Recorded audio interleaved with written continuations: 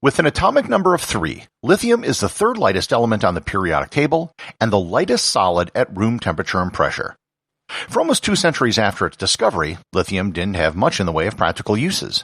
However, in the last few decades, its status changed, and it went from being one of the least useful elements to one of the most important elements to the world's economy.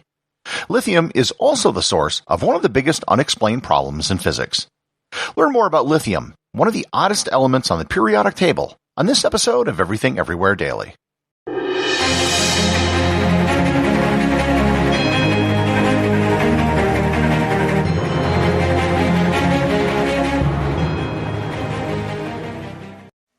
This episode is sponsored by Kachava.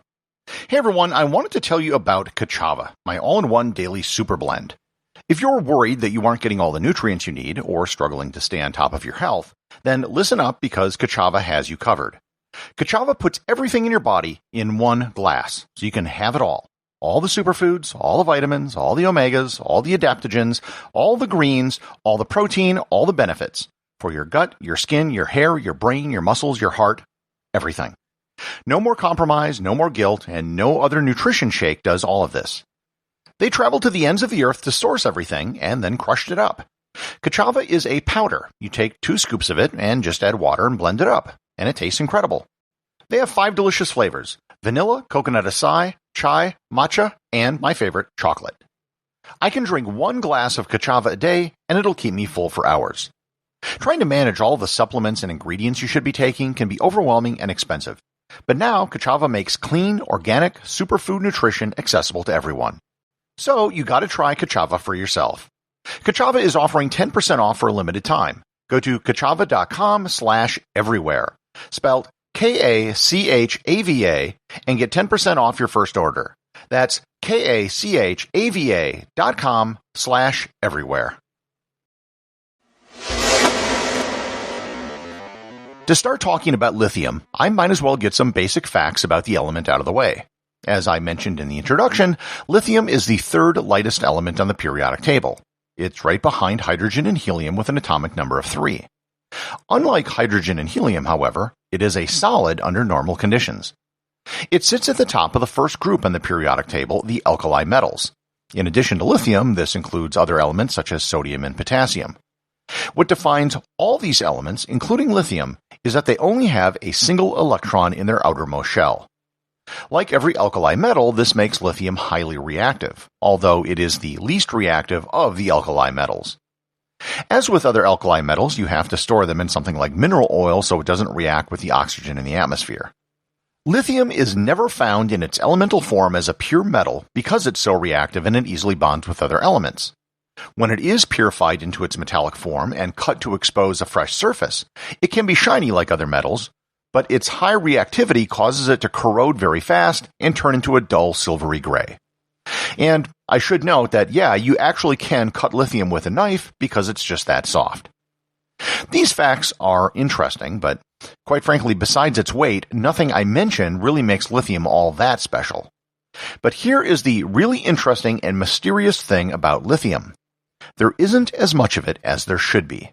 There is about 3 times less lithium in the universe than models predict. In previous episodes, I've mentioned that the most abundant element in the universe, by a wide margin, is hydrogen, with an atomic number of 1. The next most abundant element is helium, with an atomic number of 2.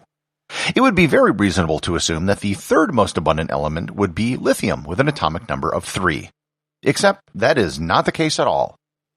Physicists have dubbed this the cosmological lithium problem. Roughly speaking, the abundance of an element is proportional to the atomic number of the element on a logarithmic scale. However, there is a huge exception with the elements lithium, beryllium, and boron. This isn't to say that lithium is incredibly rare, it just isn't as abundant as you'd think it would be. There is actually far more of heavier elements in the universe such as oxygen, iron, silicon, and nitrogen. There is about as much lithium on Earth as there is lead. And just to make it more confusing, astronomers have found that there is more lithium observed in stars that are poor in heavy metals, and there seems to be less lithium in stars that have planets. There isn't a clear answer to the cosmological lithium problem, but there are a few possible explanations. One is that for some reason we simply aren't observing the lithium which is out there. The other is that there is something about fusion in stars that we just don't understand. Perhaps when hydrogen and helium are fusing together, lithium just doesn't stick around that long before it fuses into something else. Yet another explanation is that when the atoms were first created in the primordial universe after the Big Bang, there was something we got wrong, which is why there is less lithium than expected. The human discovery of lithium dates back to the early 19th century. Unlike other elements, there really aren't any examples of ancient people using lithium or lithium-based ores or compounds. The first lithium-based mineral that was discovered was pedolite, which was discovered in 1800 in Sweden. 17 years later, the Swedish chemist John August Arfwedson discovered this new element after analyzing the components that made up pedolite. One of the reasons it was identified as a separate element was because it burned with a flame that was cinnamon-colored. Once it was identified, it was then found in other minerals, including spodumene. And just as a very nerdy aside, I once went on a geology field trip to the Black Hills of South Dakota.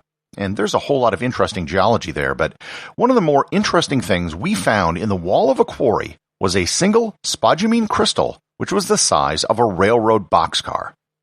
It wasn't until 1855 that lithium was purified into its metallic form by the German chemists August Matheson and Robert Bunsen, the later being the namesake of the Bunsen burner.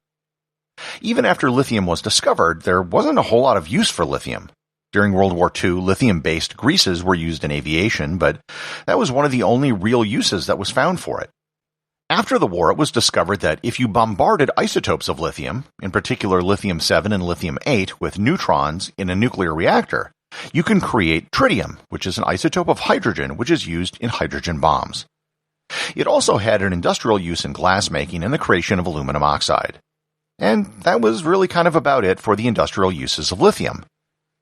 If you know anything about lithium, and if you have ever even heard the word lithium before this episode, you probably recognize it for two things, neither of which I have mentioned so far: lithium as a pharmaceutical drug and lithium-ion batteries. Let me address lithium as a medicine first. The lithium that is prescribed by doctors are actually lithium salts, and salts are just ionic compounds that share an ionic bond, usually involving alkali metals. The first medical use of lithium actually dates back to the 19th century when it was prescribed to treat gout. There was a time when lithium chloride was sold as a replacement for table salt, but it was eventually removed from the market due to the dangerous side effects of death. Likewise, a soft drink used to use lithium as an ingredient. Dubbed bib label lithiated lemon lime soda, it was launched 2 weeks before the 1929 stock market crash, and later changed its name to something you probably recognized: 7-Up. Lithium was removed from 7-Up in 1948. Right around the time when lithium was being banned, an Australian physician by the name of John Cade began to use the salt lithium urate as a treatment for mania. Most doctors initially didn't want to touch lithium treatment because the dangers of overdosing were so large. Eventually, more countries legalized the controlled use of lithium salts for the treatment of manic depressive and bipolar disorders. Many different lithium salts, such as lithium carbonate, lithium acetate, lithium sulfate, and lithium citrate, are sold as pharmaceutical products, all of which are generically called lithium. Because of these medications, the word lithium has become synonymous with being mellow or even-keeled. The amount of lithium that's used for medical purposes is actually quite small, compared to what is by far the most dominant use for lithium in the world today: lithium-ion batteries. I don't think it's an exaggeration to say that much of the economy in the world today is due to the creation of lithium-ion batteries. If you are listening to my words right now on any sort of mobile device, there is almost certainly a lithium-based battery in it. A lithium-ion battery is a battery that uses an intercalated lithium compound as the cathode. When a battery is charging, ions of lithium are sent from the cathode to the anode. And when the battery is discharged, the lithium ions go in reverse from the anode to the cathode, usually through some liquid or gel electrolyte. Lithium-ion batteries were initially developed by NASA back in the 1960s. There were attempts to commercialize it throughout the 70s and 80s, and there were many experiments on new battery recipes during this time. But the first commercial lithium-ion battery was released by Sony in 1991. This really was a revolutionary product. It was so important that the 2019 Nobel Prize in Physics was awarded to John Goodenough, Stanley Whittingham, and Akira Yoshino for their work on the development of lithium-ion batteries. So what makes these batteries so special? They allow for batteries that are high capacity, rechargeable, and are lightweight. If you remember back to my episode on electric cars, there was a time before 1920 when electric cars outsold cars with internal combustion engines. The reason why gasoline-powered cars eventually outpaced electric cars had everything to do with the poor performance of batteries. Once Sony released their lithium-ion battery in the 90s, some enthusiasts actually purchased thousands of them to try to power an electric car, and it worked really well. Because of lithium-ion batteries, the demand for lithium has exploded over the last 25 years. In fact, just since 2010, the global production of lithium has quadrupled, and lithium production is expected to triple over the next 5 years. As lithium production has increased, the cost of lithium-ion batteries has fallen exponentially over the same period of time. Almost all of the future demand for lithium is going to come from growth in the electric vehicle market.